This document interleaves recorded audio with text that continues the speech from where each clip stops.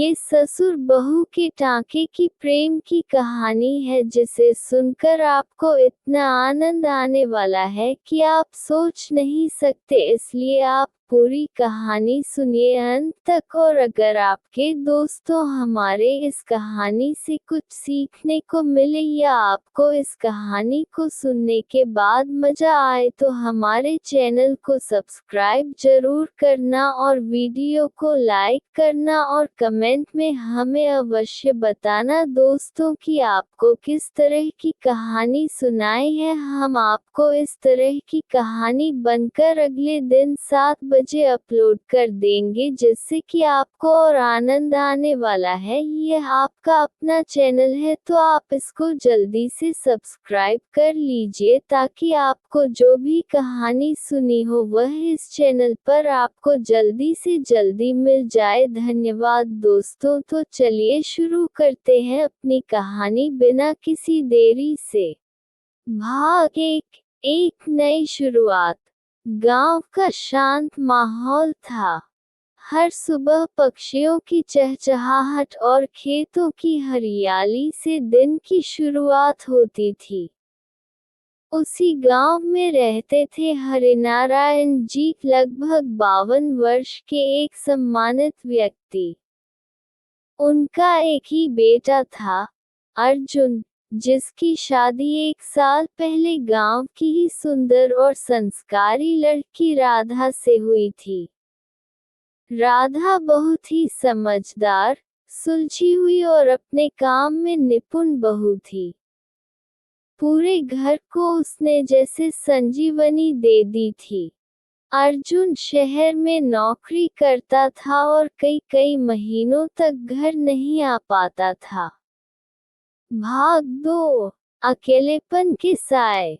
हरिनारायण जी पहले तो अपने कामों में व्यस्त रहते थे, लेकिन धीरे धीरे जब बहू की सेवा, उसकी मीठी बातों और उसकी परवाह ने उनके दिल को छूना शुरू किया, तब एक अलग ही भावनाएं जन्म लेने लगी।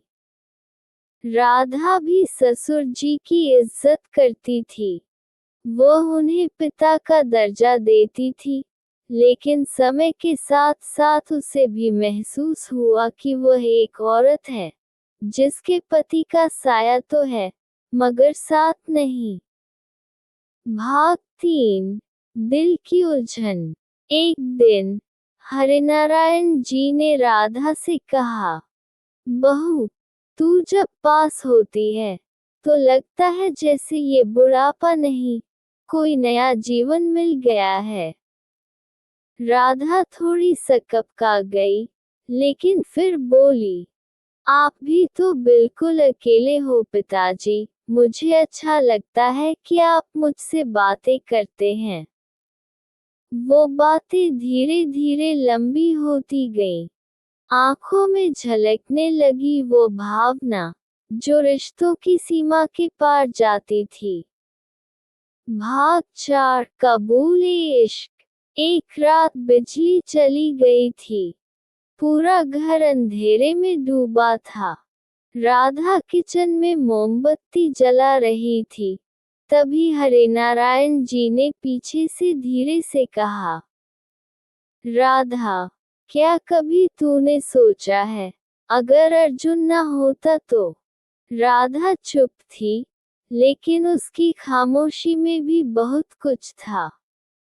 वो बस धीरे से बोली, शायद किस्मत हमें उस राह पर ला ही लाए है, जहाँ दिल तो जुड़ गए, मगर रिश्ते रोड़े बन गए हैं। भाग 5, समाज या सच्चा प्यार।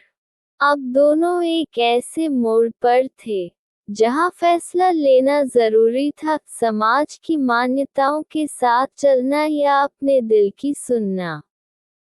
हरिनारायण जी ने राधा से कहा, मैं तुम्हारा दोषी नहीं बनना चाहता, लेकिन अगर तुम्हारे दिल में भी वही है जो मेरे में है, तो हम इस घर को एक नया रूप दे सकते हैं, एक सच्चे रिश्ते के साथ। राधा की आंखों में आंसू थे। उसने पहली बार किसी का साथ चाहा था, और वो मिला था, लेकिन एक वर्जित रिश्ते के रूप में।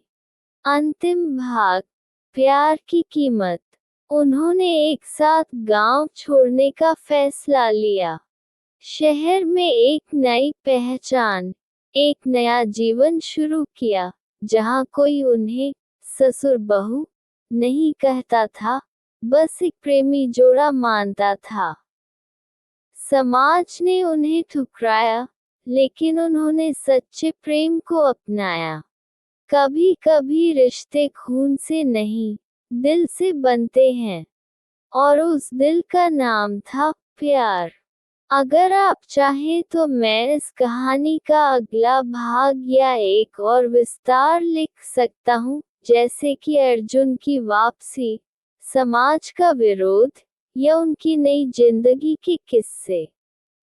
बताएं कैसा भाग चाहेंगे।